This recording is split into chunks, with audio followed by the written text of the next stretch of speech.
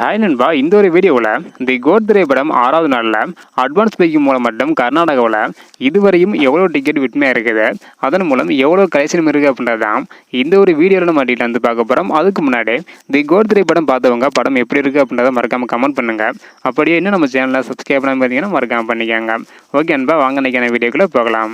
Okay நண்பா, தி code திரைப்படம் 6வது நாளில் அட்வான்ஸ் புக்கிங் மூலம் மட்டும் எவ்வளோ கலெக்ஷன் இருக்குது அப்படின்றத பார்க்குறதுக்கு முன்னாடி இதுக்கு முன்னாடி வந்து பார்த்தீங்கன்னா தமிழ்நாட்டில் 6வது நாளில் அட்வான்ஸ் புக்கிங் மூலம் மட்டும் எவ்வளோ கலெக்ஷன் இருக்குது அப்படின்றக்கான வீடியோ நம்ம சேனலில் போட்டுருக்கிறோம். பார்க்கலாம் அப்படின்னா மறக்காம செக் பண்ணி பாருங்கள். ஸோ இப்போ வந்து பார்த்தீங்கன்னா கர்நாடகாவில் எவ்வளோ கலெக்ஷன் இருக்குது அப்படின்றத டீட்டெயில் வந்து பார்த்துடலாம். அதாவது 6வது நாளில் 476 ஷோ வந்து போட்டிருக்காங்க.